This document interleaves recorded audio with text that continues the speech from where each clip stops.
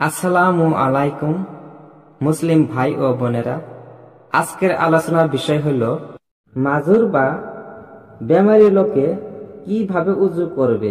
যার নাক কিংবা অন্য কোনো ক্ষত হতে অনাবরত রক্ত প্রবাহিত হতে থাকে বা অনাবরত পেশাবের ফোঁটা বের হতে থাকে, এমনকি নামাজের সমগ্র ওয়াক্তের মধ্যে এতটুকু সময়ও বন্ধ থাকে না যে শুধু সে ফরজ অঙ্গগুলো ধৌত করে উজু সহকারে দ্রুত ফরজ নামাজ আদায় করে নিতে পারে, এরূপ ব্যক্তিকে মাজুর বলে।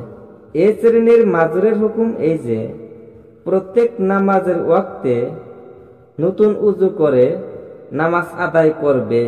যতক্ষণ ওই ওয়াক্ত বাকি থাকবে ততক্ষণ তার ওই ওয়াক্তের উজু থাকবে।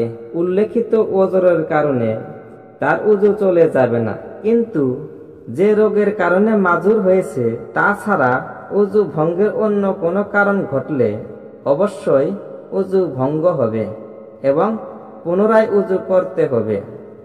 যেমন কারো নাক দিয়ে অনাবরত রক্ত বাইর হতে থাকে, মোটেই বন্ধ হয় না, সে জোহরের ওয়াক্তে উজু করলে তবে জোহরের ওয়াক্ত বাকি থাকা পর্যন্ত ওই নাকের রক্তের কারণে উজু ভঙ্গ হবে না, কিন্তু পেশাব পায়খানা বা শ্বাসবিদ্ধ হয়ে রক্ত বের হওয়ার কারণে উজু ভেঙে যাবে এবং পুনরায় উজু করতে হবে।